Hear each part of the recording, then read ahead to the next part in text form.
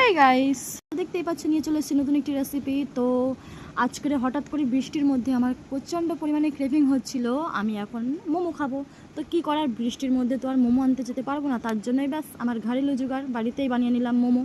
তো এখানে মোমো চাটনিটা রেডি করা আছে, পুরটাও করা হয়ে গেছে, আর এখানে আমি লেচিগুলোও করে নিয়েছি। তো এখন কি করা যাবে, মোমো খেতে ইচ্ছে করছে, একটু তো কষ্ট করতেই হবে, আর কি করার। তো ফটাফট লেগে গেলাম মোমো বানাতে।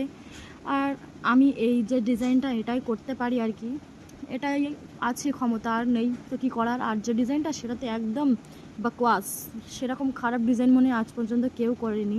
তো কী আর করা যাবে, খারাপ হোক ভালো হোক দেখতে যাই হোক, খেতে তো টেস্টি, আর খেয়ে তো সেই যাবে পেটের ভিতরে, আর গালের স্বাদটাই নেব। তার জন্যই যেরকমভাবেই পারি সেইভাবেই করে নিয়েছি।